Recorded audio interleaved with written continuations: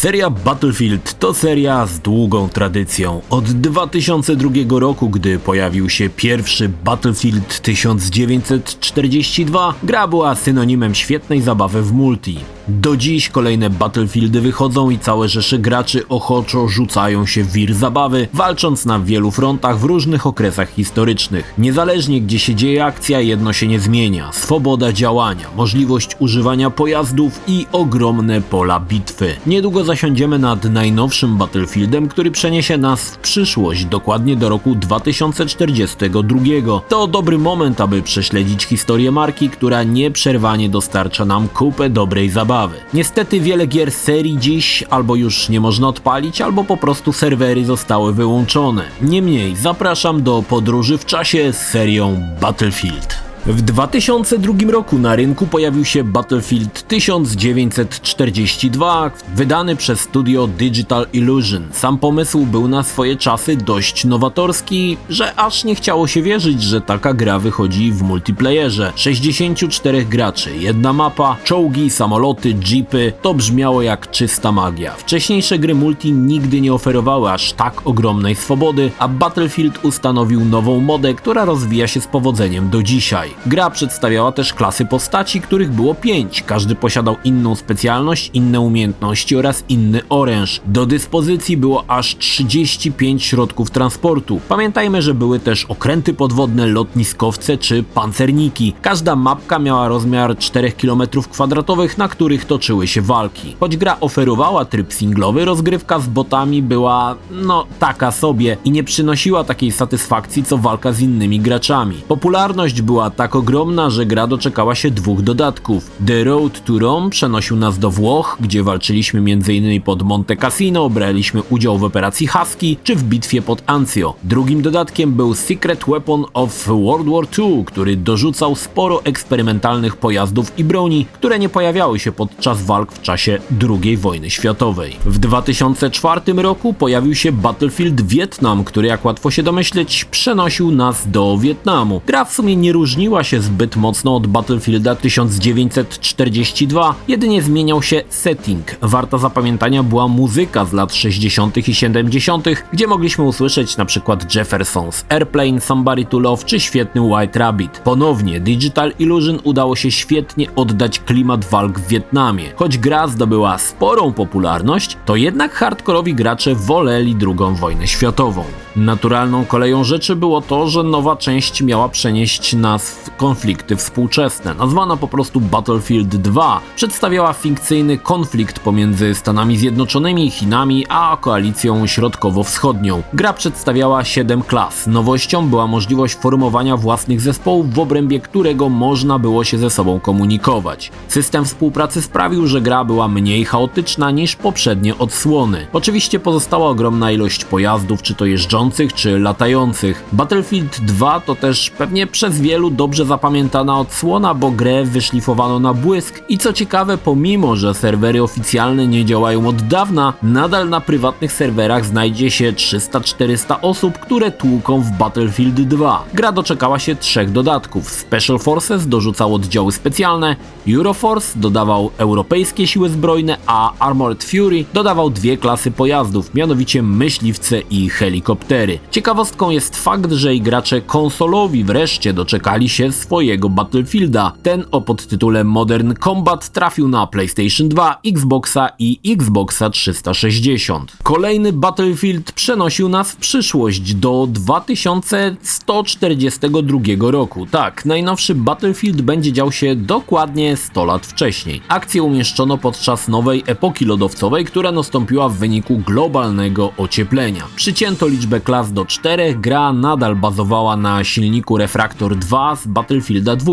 Sama gra przedstawiała futurystyczne pojazdy i mechy. W trybie walki nazwanym Tytan gracze musieli wysadzić ogromne statki unoszące się nad polem bitwy. Rozgrywka nadal pozostała wierna tej z poprzednich Battlefieldów. Ta odsłona doczekała się jedynie jednego dodatku o nazwie Northern Strike, który przenosił akcję do Europy. W 2006 roku na E3 przedstawiono kolejnego Battlefielda o podtytule Bad Company. Zmieniło się podejście twórców, tym razem gra miała otrzymać solidny singleplayerowy tryb, ale nie zapomniano oczywiście o trybach multi. Co ciekawe, gra była ekskluzywem na konsolę. Akcja przenosiła się do 2014 roku, gdzie wcielaliśmy się w członka 4-osobowego oddziału podczas konfliktu Stanów z Rosją. Gra oferowała dość ciekawe podejście do tematu, choć nie było to nic specjalnie nowego, zwłaszcza że podobną rzecz zrobił lata temu Operation Flashpoint. Gra działa się na sporych mapach, po których mogliśmy się swobodnie przemieszczać, czy to na nogach, czy pojazdami. W walce za każdym razem towarzyszyli nam członkowie oddziału. Grę wyprodukowano z wykorzystaniem silnika Frostbite i było to o tyle ważne, że silnik umożliwiał sporą destrukcję otoczenia. Zamiast drzwiami do budynków można było wchodzić, wywalając dziurę w ścianie przy pomocy granatnika. Destrukcja robiła spore wrażenie i wiadomo było, że na tym DICE nie poprzestanie. Kampania oferowała ciekawie skonstruowane misje, jak ta, gdy uciekało się przed czołgiem na wózku golfowym. Wielbiciele multi mogli ponownie zmierzyć się w rozgrywce wieloosobowej przygotowanej pod 24 graczy, ale nowatorski system zniszczeń sprawiał, że gra niosła ze sobą sporą dawkę świeżości, której Battlefield potrzebował od jakiegoś czasu.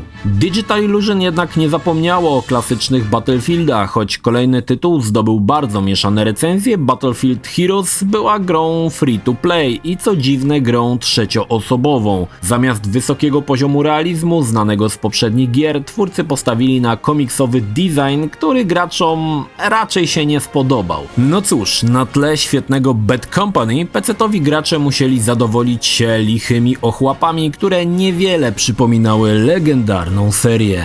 Battlefield 1943 był powrotem do korzeni. Ponownie gra, co trudno sobie wyobrazić, pojawiła się tylko na konsolach i to w formie cyfrowej. Znów mieliśmy rozgrywkę na ogromnych mapach z wykorzystaniem pojazdów. O komiksowej grafice pozostało jedynie wspomnienie. Teatr działań przeniesiono na Pacyfik i skupiono się na 3 mapach: Guadalcanal, Wake Island i Iwo Jima. Cóż, nie było to może dokładnie to, co lata temu na PC-cie, ale wciąż dawało graczom konsolowym posmakować genialnej zabawy w multi z wykorzystaniem ogromnej liczby pojazdów, choć ilość graczy na serwerze przycięto do 24. Jednak wiadomo było, że popularność Bad Company nie pozostanie bez echa. W 2010 roku pojawiło się Bad Company 2 na ulepszonym Frostbite Engine. Tym razem i gracze PC-towi mogli zanurzyć się w ciekawej historii, która działa się we współczesności, ale i przenosiła nas do czasów II wojny światowej. Kampania singlowa była zdecydowanie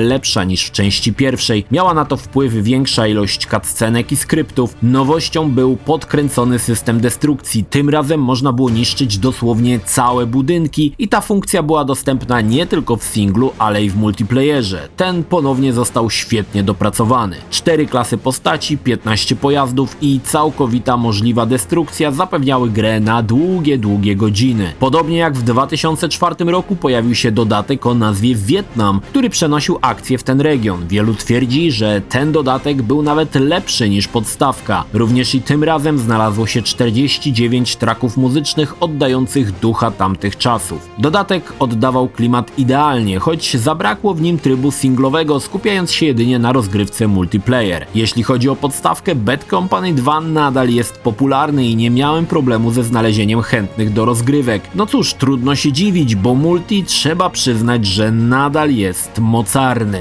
Battlefield Online z 2010 roku był sporym krokiem wstecz. Dziwo owo wyprodukowało koreańskie studio, wykorzystując silnik Battlefield 2142. Czemu, skoro był już na rynku genialny Frostbite? Odpowiedź jest prosta, gra miała ruszyć nawet na wiekowych komputerach. Dziś to raczej ciekawostka, niemniej znowu na mapie mogło być 64 graczy, ale rozgrywka była niemal identyczna jak w Battlefield 2. Kolejnym krokiem w tył był Battlefield Play for Free z 2011 roku. Gra była całkowicie darmowa, ale jak zapewne się domyślacie, za ulepszenia i lepsze wyposażenie trzeba było płacić z własnej kieszeni. Mapy, na których toczyliśmy walkę, były znane z Battlefield 2 z lekkimi ulepszeniami, a jednocześnie mogło tłuc się 32 graczy. Jak zapewne się domyślacie, gra rynku nie zawojowała i nie ma co się dziwić. Po tej części widać było, że seria dąży zupełnie donikąd. Po świetnych Bad Company Company wersje online'owe nie miały już tej mocy co w 2002 roku. Trzeba było poważnych i głębokich zmian, aby przyciągnąć graczy ponownie do Battlefielda. I w tym samym roku, w którym pojawiło się Play for Free, rozpoczęła się nowa era serii, bo oto nadszedł Battlefield 3, który mocno namieszał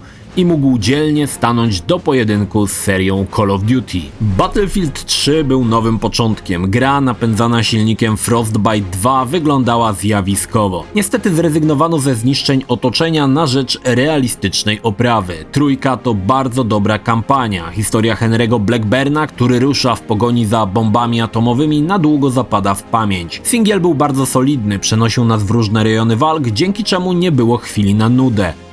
Na pewno warto wspomnieć o rewelacyjnej oprawie, którą w tamtym czasie można było nazwać fotorealistyczną. Oczywiście mówię tutaj o wersji PC-towej. Niezapomnianą misją był zdecydowanie mocno oskryptowany lot myśliwcem. Wersja multi doczekała się 4 klas i ponownie sporej liczby pojazdów. Tym razem gracze mogli latać myśliwcami, a walki powietrzne wchodziły na nowy poziom. Nic dziwnego, że Battlefield 3 był bardzo popularną odsłoną wśród graczy. Sprzedano 7 razy więcej zamówień przedpremierowych niż w przypadku Bad Company. YouTube zapełnił się widowiskowymi filmami z gry, w tym legendarnym Jet Swapem. Gracze podzielili się na dwa obozy, jedni pozostali wierni Call of Duty, a drudzy Battlefieldowi, tocząc na forach bitwy o wyższość jednej marki na drugą. Battlefield 3 doczekał się aż 5 dodatków, ale wszystkie były przeznaczone jedynie do rozgrywki multiplayerowej. DICE postanowiło pójść za ciosem i po mega popularnej trzeciej odsłonie przygotowano część czwartą. Battlefield 4 trochę przypominał Bad Company. Ponownie mieliśmy 3-osobowy oddział, a akcja targała nasz oddział po całej Azji. Niestety, tym razem gra była wydana na prędce, aby ponieść się na fali poprzedniej odsłony. Gracze napotykali w rozgrywce masę bugów i glitchy, które konsekwentnie były eliminowane przez DICE, jednak nie takiej jakości gracze się spodziewali po części trzeciej. Singiel był niezły, ale nie tak dobry jak poprzednio. Tryb multi był w zasadzie podobny z jedną dość sporą zmianą, mianowicie trybu Commander, gdzie gracz miał wgląd w pełen obraz całej bitwy, podobnie jak w grach strategicznych. Można było wydawać rozkazy i ostrzelać cel rakietami. Multiplayer był nadal bardzo solidny i gracze po pierwszych złych opiniach ochoczo zabrali się do grania w część czwartą. Ponownie tytuł doczekał się 4 dodatków, które były skierowane dla gry wieloosobowej, jednakże nadal w multi można bez problemu pograć. Ilość trybów może zawrócić w głowie, choć aby móc ograć wszystko, trzeba posiadać wszystkie dodatki. Niektóre mapy, jak te z wieżowcami, nadal są niesamowicie grywalne. Po wyeliminowaniu wszystkich problemów Battlefield 4 jest wciąż mocnym zawodnikiem w rozgrywce wieloosobowej. I ta możliwość zburzenia całego wieżowca zostaje naprawdę na długo w pamięci. Kolejną odsłoną Battlefielda był dość ciekawy zabieg. Tym razem Battlefield Hardline nie opierał się na konflikcie zbrojnym, ale na starciach policji z przestępcami. Tworzenie gry powierzono studiu Visceral, które miało na koncie całkiem niezłe hity jak Dead Space czy Dante's Inferno. Singiel, choć przez wielu mocno krytykowany, mnie się podobał. Wcielaliśmy się w detektywa Nicka Mendozę i walczyliśmy z dealerami narkotyków. Podejście było niewątpliwie inne niż poprzednie odsłony, a sama historia była dość niespotykana w grach wideo. Multiplayer bazował oczywiście na podzieleniu graczy na policjantów i złodziei i choć bazował na podobnym pomyśle co poprzednie Battlefieldy, czyli całkowitej wolności w rozgrywce, to jednak betonowa dżungla była czymś dla serii całkowicie nowym. Graczom spodobało się to średnio i większość wolała jednak wojenne klimaty. Nie da się ukryć, że multiplayer był ponownie mocarny i oferował ciekawe, do tej pory niespotykane tryby, jak ten z napadem na bank czy odbijaniem zakładników przez SWAT. Hardline dał powiew świeżości do serii i pozwolił wprowadzić nowe możliwości zabawy, ale to niestety nie spotkało się z aprobatą graczy. Choć trzeba przyznać, że zabawa w policjantów i złodziei wraz z odpowiednim uzbrojeniem niosła ze sobą spory ładunek zabawy. Gra była fajnym pomysłem i zarazem odskocznią od wojennych opowieści. Niestety, pomimo usilnych prób, mnie nie udało się znaleźć chętnych do zabawy w multiplayer. Kolejny Battlefield miał wrócić do prawowitych deweloperów, a DICE miało graczy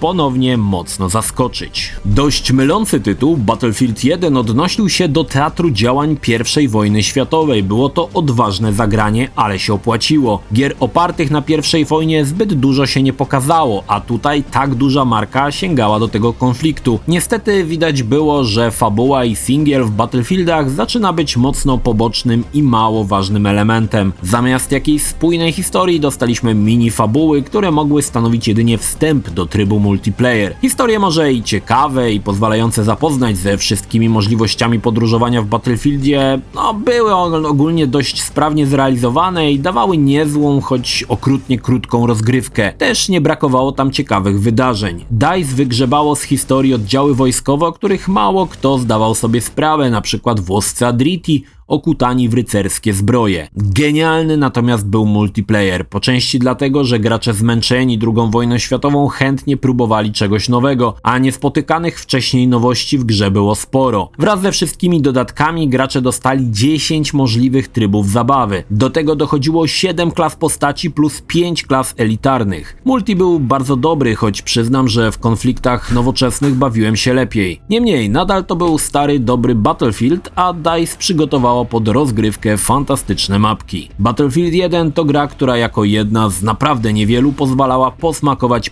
I wojny światowej i robiła to bardzo dobrze. Owszem, można było narzekać na szybkostrzelność karabinów czy inne niezbyt w zgodzie z prawdą historyczną rozwiązania, ale wszystko w imię podkręcenia multiplayera, który przez długi czas nie miał sobie równych. Battlefield 5 powracał do czasów II wojny światowej. Była to z kolei 16. część serii. Ponownie dostawaliśmy kilka możliwych scenariuszy do rozegrania w trybie single. Niektóre były niezłe, ale to wciąż niepełna fabuła, a jedynie wprowadzenie do rozgrywki multiplayer. Trzeba przyznać, że na przykład taki scenariusz Ostatni Tygrys wypadał świetnie. Gracze narzekali na niezgodności z prawdą historyczną po pierwszych trailerach, ale koniec końców gra ponownie przyciągnęła do komputerów i konsol miliony graczy, choć samo EA przyznało, że pomimo sprzedania ponad 7 milionów kopii, gra była rozczarowaniem dla wydawcy. Jednak wciąż na serwerach graczy jest pełno. Sporą popularnością cieszy się tryb Burza Ognia, wykonany przez studio Criterion, który jest wariacją na temat popularnego trybu Battle Royale. Bardzo fajnym pomysłem jest tryb Siły Połączone, który wcześniej pojawił się w Battlefieldzie 3, a który skupia się na kooperacji. Battlefield 5 był też ważnym tytułem, bo jako jeden z pierwszych dostał wsparcie dla śledzenia promieni, które obsługiwały najnowsze karty graficzne od Nvidii. Trzeba przyznać, że funkcja robiła spore wrażenie i gry wyglądały zjawiskowo, ciesząc się niespotykanymi do tej pory smaczkami graficznymi. I tak doszliśmy do roku 2021,